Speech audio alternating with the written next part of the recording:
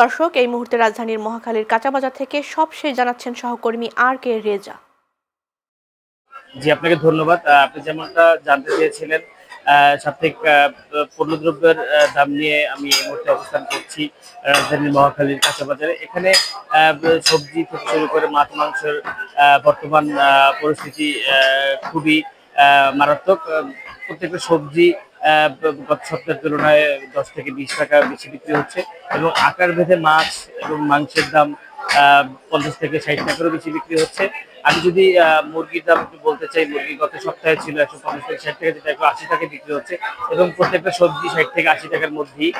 তবে অন্যান্য দ্রব্য যেগুলো রয়েছে সেগুলোর দাম স্থিতিশীল রয়েছে। আমি যদি মহাখালী কাঁচা বাজারের বর্তমান চিত্র যদি একটু দেখাতে চাই, মহাখালী কাঁচা বাজারে নিত্যপণ্যের দাম এখন যেহেতু আজকে শুক্রবার, ক্রেতা সাধারণের ভিড় সময় ভেদে ভেদে বাড়ছে এবং ক্রেতা সাধারণ আমাকে জানিয়েছেন যে তারা সবজি গত সপ্তাহের তুলনায় বেশি দামে কিনছেন এবং মাছ এবং মাংসের কথাও তারা বলেছেন যে এই বাজারে একটু মাছ এবং মাংসের দাম অনেক রয়েছে। তবে বিক্রেতারা আমাকে জানিয়েছেন যে সরবরাহ একটু কম থাকার কারণে সবসময় পণ্যদ্রব্যের দাম একটু বেশি থাকে। এছাড়া যদি আমি অন্যান্য পণ্যদ্রব্যের দাম একটু জানাতে চাই, সেক্ষেত্রে ডিম এবং অন্যান্য যে নিত্যপণ্য, যে আলু, পেঁয়াজ এবং রসুন এবং অন্যান্য মশলা জাতীয় পণ্যদ্রব্য রয়েছে, সেগুলোর দাম একটু নাগালের মধ্যেই রয়েছে, তাতে স্থিতিশীল রয়েছে। আমাকে অনেক ক্রেতা সাধারণ জানিয়েছেন যে পাইকারি বাজারের তুলনায় খুচরো বাজারে একটু দাম একটু বেশি।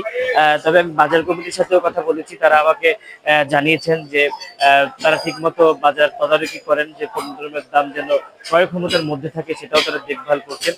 এছাড়া আমাকে ক্রেতারা অভিযোগ করেছেন যে এই বাজারে সবজির দাম এত পরিমাণ বেশি, বিশেষ করে কাঁচামরিচ গত সপ্তাহে ১৪০ টাকায় বিক্রি হলে আজকে এই বাজারে সেটা ২৪০ টাকায় ঠেকেছে।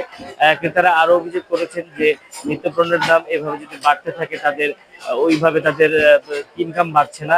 সরকারের উচিত ঠিকমতো মনিটরিং সেল পরিদর্শন করে বা মনিটরিং সেল বাড়িয়ে তদারকি করলে এই সিন্ডিকেট যদি ভাঙা যায়, তাহলে নিত্যপণ্যের দাম ক্রয় ক্ষমতার মধ্যে আসবে। এছাড়া অন্যান্য সবজি বিক্রেতারা আমাকে জানিয়েছেন, যেহেতু বিভিন্ন জেলাগুলোতে এখন বৃষ্টি এবং বর্ষার মৌসুম রয়েছে, সেক্ষেত্রে সরবরাহ কমে যাওয়ার কারণে এটা খুচরা মার্কেটে তাদের বেশি দামে কিনতে হচ্ছে। এজন্য এই খুচরা মার্কেটে যারা ক্রেতা সাধারণের কাছে বেশি দামেই বিক্রি করতে হচ্ছে।